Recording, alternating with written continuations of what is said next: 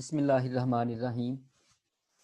Dear students, आज हम chapter number 4 का 12th एंड लास्ट लेक्चर जो है वो डिस्कस कर रहे हैं। स्टूडेंट्स, वैसे तो ये जो लेक्चर है ना, ये जो चैप्टर है ये 22-23 लेक्चर्स में जाकर कंप्लीट होता है, लेकिन चूंकि ये स्मार्ट सिलेबस जो है इसकी वजह से जो है ना ये 12th लेक्चर में जाकर ये कंप्लीट हो रहा है।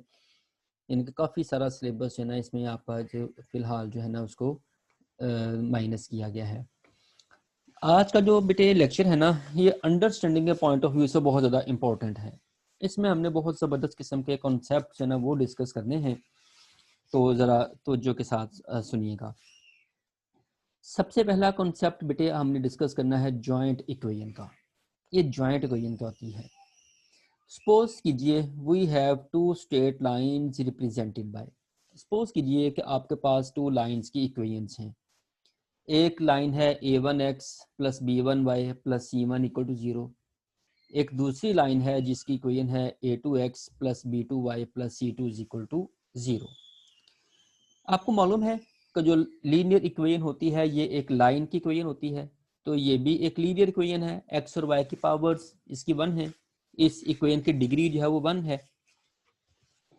इसी तरह से जो इसकी डिग्री है वो भी 1 है।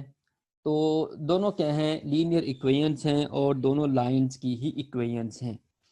अगर आप ऐसा करें कि इसकी लेफ्ट हैंड साइड को इसकी लेफ्ट हैंड साइड से मल्टीप्लाई करके इक्वल टू 0 लिख दें, यानी कि आप करें मल्टीप्लाइंग इक्वेशंस 1 एंड 2, दोनों इक्वेशंस को मल्टीप्लाई करवा दें। लेफ्ट साइड को लेफ्ट से मल्टीप्लाई करवा दें और राइट साइड को राइट से मल्टीप्लाई करवा दें। तो अब ये इक्वेशन कौन सी इक्वेशन बनेगी? जरा गौर कीजिएगा। अगर आप इनको आपस में मल्टीप्लाई करें, इस a1x को इस a2x के साथ मल्टीप्लाई करेंगे तो एक ऐसी टर्म आएगी जिसमें x की पावर 2 आएगी। फिर इस a1x को b2y से मल्टीप्लाई करेंगे तो एक ऐसी टर्म आएगी जिसमें x मल्टीप्लाई y आएगा। फिर a1x को c2 से मल्टीप्लाई करेंगे तो एक ऐसी टर्म आएगी जिसमें x आ रहा होगा। इसी तरह से ये जो b1y है इसको अगर आप a2x से मल्टीप्लाई करेंगे तो हमारे पास ऐसी टर्म आएगी जिसमें x मल्टीप्लाई बाय y होगा। उसके बाद b1y को b2y से मल्टीप्लाई करेंगे तो हमारे पास ऐसी टर्म आएगी जिसमें y का स्क्वायर होगा। इसके बाद b1y को c2 से मल्टीप्लाई करेंगे तो ऐसी टर्म आएगी जिसमें y आ रहा होगा। इसी तरह से c1 को इन सब टर्म से आप मल्टीप्लाई कर सकते हैं।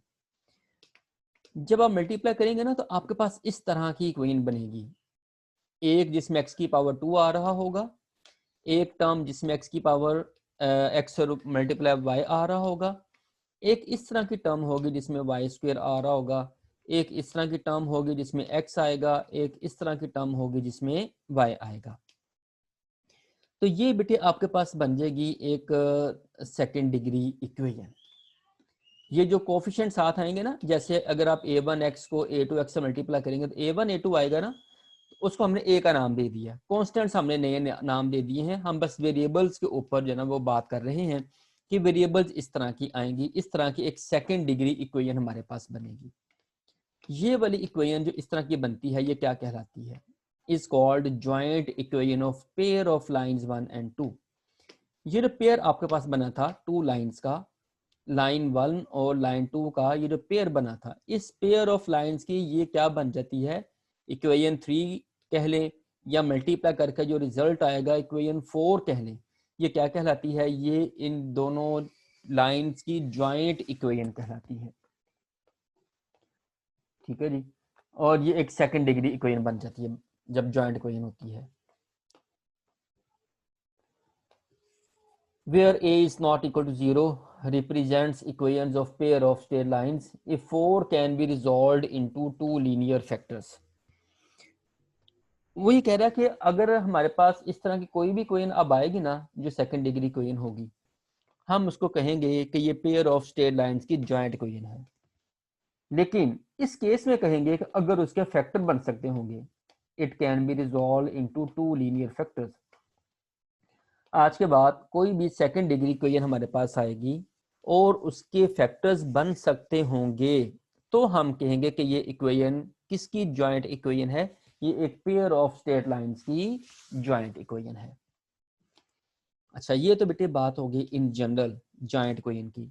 अब हम जरा थोड़ा सा पर्टिकुलर केस में आते हैं। In this section, we shall study special joint equations of pair of straight lines passing through origin. हमारे पास बेटे जो एक्सरसाइज आ रही है ना, इसमें हमने जॉइंट इक्वेशन को पढ़ना है, लेकिन हमने वो वाली जॉइंट इक्वेशन को पढ़ना है, वो वाली लाइंस जिसमें आएंगे जो ओरिजिन से पास कर रही होंगी।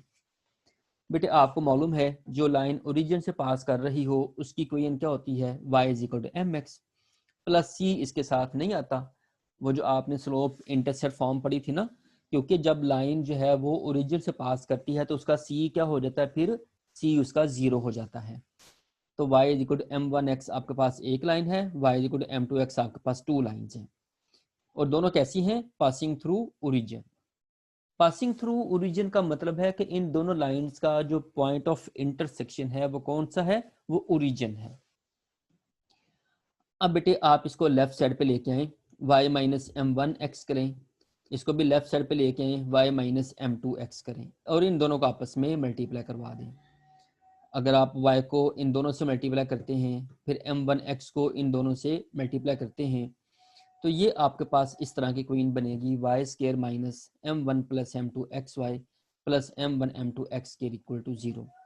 Equation 5 is a special type of a second degree homogeneous equation. ये एक स्पेशल टाइप है सेकंड डिग्री इक्वेशन की, और ये कैसी है? ये होमोजीनियस है। होमोजीनियस का मीनिंग है तमाम टर्म की डिग्री सेम बनेगी, यानी कि अगर आप ऐसी लाइंस लेंगे ना जो ओरिजिन से पास करती हैं, जब आप इनकी जॉइंट इक्वेशन बनाएंगे तो हमारे पास एक ऐसी इक्वेशन बनेगी जो कि होमोजीनियस होगी। यानी कि इस टर्म की डिग्री भी 2 है, इस टर्म की डिग्री भी 2 है, इस टर्म की डिग्री भी 2 है, इसमें तमाम टर्म्स की डिग्री जो है ना वो सेम है, और तमाम टर्म्स की डिग्री 2 है। अगर किसी इक्वेशन में तमाम टर्म की डिग्री सेम हो तो उसको आप क्या बोलते हैं? होमोजीनियस इक्वेशन बोलते हैं। बहरहाल आपने ये याद रखना है कि अगर ऐसी इक्वेशन हमारे सामने आए जिसमें एक टर्म y⁴ वाली हो, एक टर्म xy वाली हो, और एक x² हो और इक्वल टू 0 हो, ये क्या कहलाती है? ये सेकंड डिग्री होमोजीनियस इक्वेशन कहलाती है, और ये एक पेयर ऑफ स्ट्रेट लाइंस को रिप्रेजेंट करती है। ये एक पेयर ऑफ स्ट्रेट लाइंस की जॉइंट इक्वेशन होती है जो कि ओरिजिन से पास कर रही होती हैं। ले जी, नेक्स्ट कॉन्सेप्ट हमारे पास बेटे है होमोजीनियस इक्वेशन। थोड़ा सा जिक्र हमने ऊपर वाले आर्टिकल में ही कर दिया है होमोजीनियस इक्वेशन का। अब हम जरा इसको इन जनरल डिस्कस करने लगे हैं। Late f(x, y) = 0। सपोज कीजिए कि f(x, y) = 0 ये हमारे पास एक इक्वेशन है x और y वेरिएबल्स में। Be any equation in the variables x and y. Equation 1 is called homogeneous equation of degree n, a positive integer, if f of k x k y is equal to k raised power n f of x y. ये वाली equation बेटे क्या कहलाएगी? ये हमारे पास homogeneous equation कहलाएगी अगर ये कंडीशन सेटिस्फाई हो, f of k x k y is equal to k की power n f of x y. f of k x k y का क्या मीनिंग है कि आप इक्वेशन में x की और y की जगह पर क्या पुट कर रहे हैं? k x और k y पुट कर रहे हैं। जब आप k x और k y पुट करेंगे, पुट करने से क्या हो? k की पावर बाहर आए और दोबारा वही फंक्शन बन जाए। अगर कहीं ये कंडीशन सेटिस्फाई हो रही हो तो हम कहेंगे कि ये इक्वेशन क्या है? ये होमोजीनियस इक्वेशन है, और जो बाहर k की पावर n आएगी ना, इसको हम क्या बोलेंगे कि ये इसकी डिग्री है। फॉर एग्जाम्पल, अगर आपके पास ये जो ऊपर आपके पास इक्वेशन थी, यही वाली इक्वेशन है, आप इसको चेक करना चाहते हैं कि ये होमोजीनियस है कि नहीं है। आप क्या करें? y की जगह पर के वाई लिख दें, x की जगह पर के एक्स लिख दें, y की जगह पर के वाई लिख दें, x की जगह पर के एक्स लिख दें। देखिए हमारे पास क्या बनता है। जब आप y की जगह पर के वाई लिखेंगे तो ये बनेगा k² y²। यहाँ पर भी ऐसे ही होगा, यानी कि x की जगह पर के एक्स होगा, y की जगह पर के वाई होगा, तो बाहर k² बन जाएगा। जब x की जगह पर के एक्स लिखेंगे तो k² x² बन जाएगा। k² तमाम टर्म्स में कॉमन है। जब k² कॉमन आ जाएगा तो बाकी सारी की सारी इक्वेशन दोबारा वही बन जाएगी। तो अगर के की पावर कॉमन आने के बाद दोबारा वही इक्वेशन बन जाए तो देन हम क्या कहेंगे कि ये होमोजीनियस है। और जो इसके बाहर के की पावर आ रही है, 2 पावर जो आ रही है, ये क्या कहलाएगी, ये उसकी डिग्री कहलाएगी। Thus 5 is a homogeneous equation of degree 2। 5 क्या है, एक homogeneous equation है और इसकी डिग्री कितनी आ गई, इसकी डिग्री 2 आ चुकी है। तो बेटे ये आपने homogeneous जो फंक्शन है और homogeneous equation है, इसकी डेफिनेशन आपने याद रखनी है। यहां से ना हम एक तीसरी बात स्टार्ट कर रहे हैं, ये एक अलग बात है, इस टॉपिक के साथ नहीं है, ऊपर वाले के साथ, ये अलग बात है। हम बेटे डेफिनेशन लिख रहे हैं general second degree homogeneous equation. ये किस चीज की डेफिनेशन है, किस चीज की ये डेफिनेशन है, general second degree homogeneous equation की डेफिनेशन है। General second degree homogeneous equation अगर पेपर में आता है define general second degree homogeneous equation, तो आपने इसकी डेफिनेशन ये बतानी है, a general second degree homogeneous equation can be written as ax² 2hxy plus by² equal to 0। ये इसकी जनरल फॉर्म होती है बेटे, सेकंड डिग्री होमोजीनियस इक्वेशन की ये जनरल फॉर्म होती है।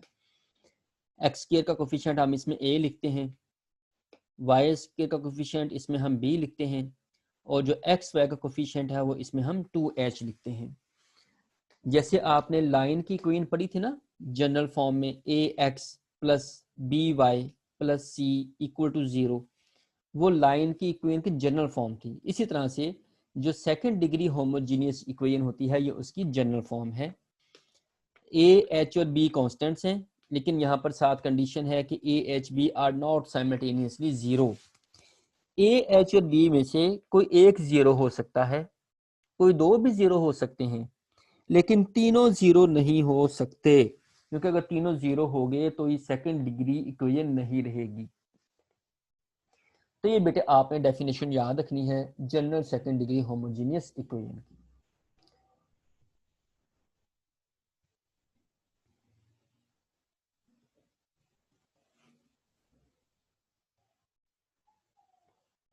नेक्स्ट हमारे पास बेटे ये टॉपिक आ रहा है, that is very much important topic.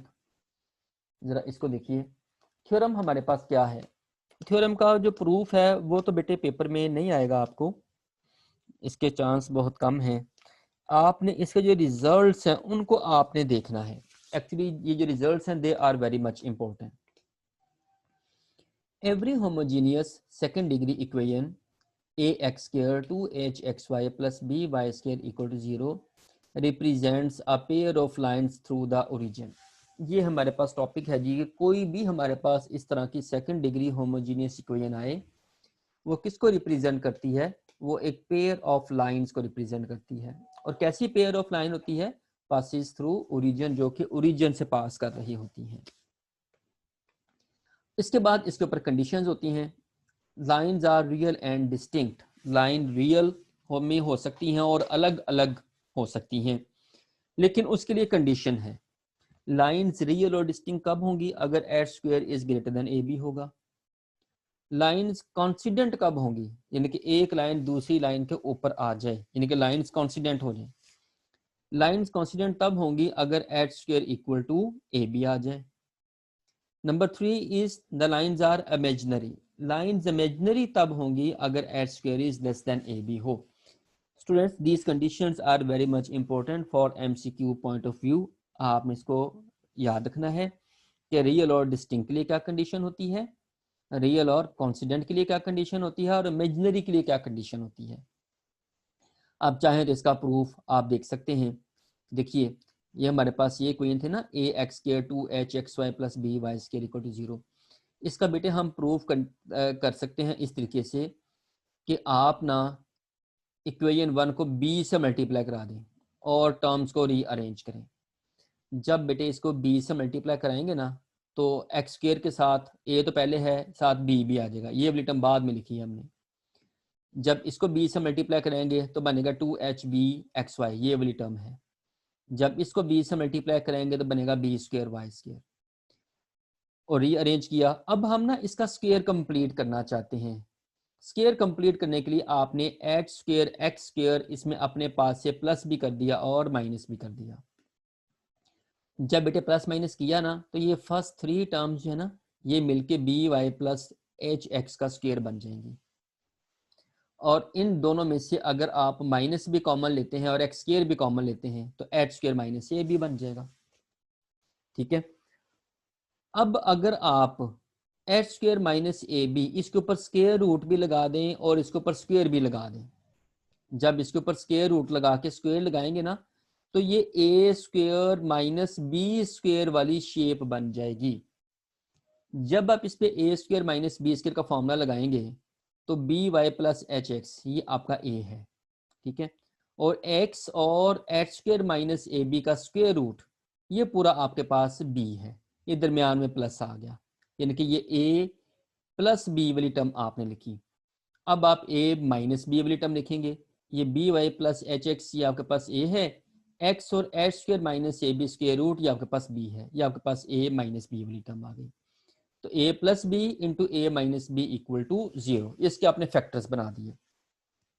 अब बेटे जब फैक्टर्स बन गए हैं इक्वल टू 0 है तो आप क्या कहते हैं, आप कहते हैं कि either first factor equal to 0 और सेकंड फैक्टर इक्वल टू 0।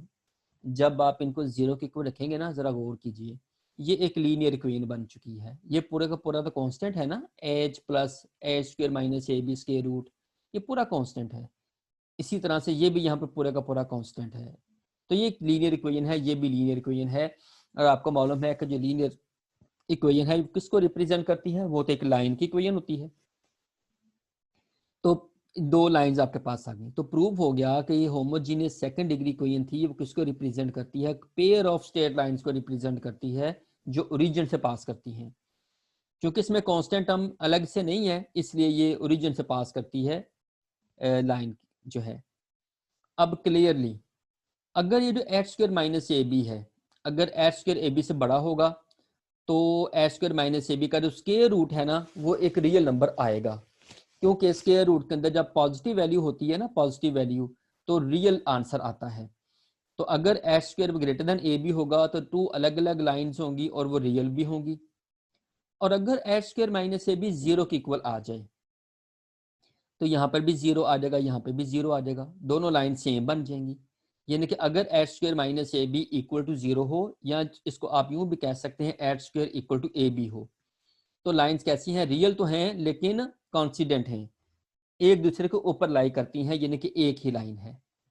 और लाइंस क्या होंगी, लाइंस इमेजिनरी होंगी अगर H square is less than A B होगा, यानी कि H square minus A B less than 0 होगा ना, जब नेगेटिव आ जाएगा तो स्क्वायर रूट के अंदर जब नेगेटिव आ जाता है तो लाइंस कैसी हो जाती हैं, लाइंस इमेजिनरी हो जाती हैं। तो इमेजिनरी के लिए ये कंडीशन बन जाती है H square is less than A B. तो बेटे ये कंडीशंस आपने ड्राइव भी कर ली, अब ये कंडीशंस आप लोगों ने याद रखनी है। नेक्स्ट टॉपिक आपके पास ये है, to find measure of the angle between the lines represented by this. बेटे अभी जो पिछले टॉपिक में आपने ये बात प्रूव की है कि ये वाली इक्वेशन जो है, यानी कि सेकंड डिग्री जो इक्वेशन है, ये किसको रिप्रेजेंट करती है, पेयर ऑफ स्ट्रेट लाइंस को रिप्रेजेंट करती है दैट पासिस थ्रू ओरिजिन। अब आप चाहते ये हैं कि उन दोनों लाइंस के दरमियान एंगल फाइंड आउट करें, उस एंगल को फाइंड करने के लिए हम ये वर्किंग करने लगे हैं। We have already seen that the lines represented by 1 are, ये बेटे हम लाइन की कोई पिछले टॉपिक में फाइंड कर चुके हैं। हम लाइन की इक्वेशन से क्या फाइंड कर सकते हैं, इसकी स्लोप फाइंड कर सकते हैं। लाइन की इक्वेशन से स्लोप निकालने का फॉर्मूला आपने पढ़ा हुआ है, वो होता है माइनस ए ओवर बी। ए का होता है एक्स का कोफिशिएंट और बी का होता है वाई का कोफिशिएंट। तो माइनस ए ओवर बी करेंगे तो पहली लाइन की स्लोप आ जाएगी, माइनस ए ओवर बी करेंगे तो सेकंड लाइन की स्लोप आ जाएगी। अगर आप इन दोनों को ऐड करें, m1 प्लस m2 करें, तो जब ऐड करेंगे ना बेटे तो H square minus A B वाली टर्म पॉजिटिव नेगेटिव कट जाएगी और माइनस एच और minus H minus 2h over B बन जाएगा। और जब दोनों को मल्टीप्लाई करेंगे a plus B into A minus B का फॉर्मूला लगाएंगे ना, A square minus B square, तो वैल्यूज कटने के बाद a ओवर बी आंसर आ जाएगा। अच्छा मैं आपको ना ये जरा बता रहा हूँ, एंटी टेस्ट के पॉइंट ऑफ व्यू से अगर आप बात करें ना तो देन आपने ये रिजल्ट्स भी याद रखने होते हैं कि सम ऑफ स्लोप्स क्या है और प्रोडक्ट ऑफ स्लोप्स क्या है। लेकिन बोर्ड में आज तक बहरहाल ये नहीं पूछा उन्होंने लेकिन इसके लिए सम ऑफ स्लोप्स और प्रोडक्ट ऑफ स्लोप्स का फॉर्मूला एडिटस में पूछा जा चुका है। If theta is the measure of angle between the lines, अब थीटा अगर एंगल है तो लाइंस के दरमियान एंगल निकालने का आपने ये फार्मूला पढ़ा हुआ है, m1 minus m2 over 1 plus m1 m2।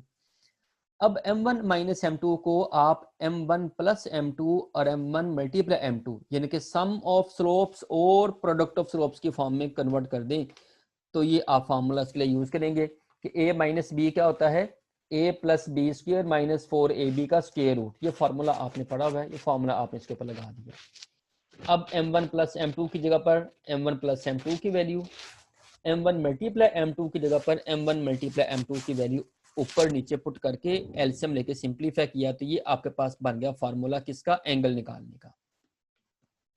यानी कि टेंजेंट थीटा किसके इक्वल होगा, 2 times H square minus A B square root over A plus B. ये एंगल निकालने का फार्मूला एमसीक्यू में पूछा जा सकता है, या फिर अगर हमें एक होमोजीनियस इक्वेशन दी जाए और हमें कहा जाए कि इन ये होमोजीनियस इक्वेशन जिन लाइंस को रिप्रेजेंट कर रही है, आप उन लाइंस के दरमियान जो एंगल बनता है वो एंगल निकालें, तो आप ये फार्मूला डायरेक्टली उसमें यूज कर सकते हैं। अच्छा, इस फार्मूले से ना एक बड़ा इंपॉर्टेंट रिजल्ट ड्राइव हो रहा है। अगर बेटे ये H square minus A B zero हो जाए तो ये सारी टर्म जीरो हो जाएगी, और tangent theta equal to zero का मतलब है कि थीटा इक्वल टू जीरो। यानी कि थीटा अगर जीरो होगा, लाइंस अगर पैरेलल होंगी, तो हमारे पास कंडीशन क्या बन जाती है, H square minus A B equal to zero. यानी कि आपसे कहा जाए कि कंडीशन बताएं जिसके लिए ये लाइंस पैरेलल हैं, तो कंडीशन क्या है, H square minus A B equal to zero. अच्छा, अगर a प्लस बी जो नीचे लिखा हुआ है अगर ये जीरो हो जाए, तो बेटे आपको मालूम है ऊपर कुछ भी हो नीचे जीरो हो, आंसर इन्फिनिटी बन जाता है। और टेंजेंट थीटा जो है वो इन्फिनिटी कौन से एंगल पे आता है, वो 90 पे आता है। यानी कि हमारे पास ये रिजल्ट बन रहा है, if the lines are orthogonal. Orthogonal का मीनिंग क्या होता है, परपेंडिकुलर, देन थीटा 90 होगा। So the tangent theta is not defined, this implies a plus B equal to zero. ये अनडिफाइंड तब होगा अगर नीचे जीरो आ जाए। यानी कि टू लाइंस के परपेंडिकुलर होने के लिए क्या कंडीशन होती है कि ये नीचे लिखा हुआ है a प्लस बी, ये किसके इक्वल होगा, ये जीरो के इक्वल होगा। तो बेटे आज हमने जो टॉपिक पढ़ा है इसमें हमने जितनी चीज़ें पढ़ी हैं, जो हमने रिजल्ट्स पढ़े हैं, ठीक है, ये सारे आप याद रखिए। कल हम इससे रिलेटेड जो क्वेश्चंस हैं उनको जो है ना हम सॉल्व करेंगे। ठीक है, आप अपनी ना एक काम कर सकते हैं, अपने बुक से भी 4.5 एक्सेस के पीछे ये टॉपिक पूरा लिखा हुआ है ना, आप इसको अपने तौर पर डिटेल से पढ़ें, और इसके जो रिजल्ट्स हैं सारे, उन रिजल्ट्स को एक लिस्ट बना लें उन रिजल्ट्स की, ताकि वो रिजल्ट्स याद रखने में आपको आसानी हो। ठीक है, तो कल इंशाल्लाह मिलते हैं। Thank you very much. अल्लाह हाफिज़।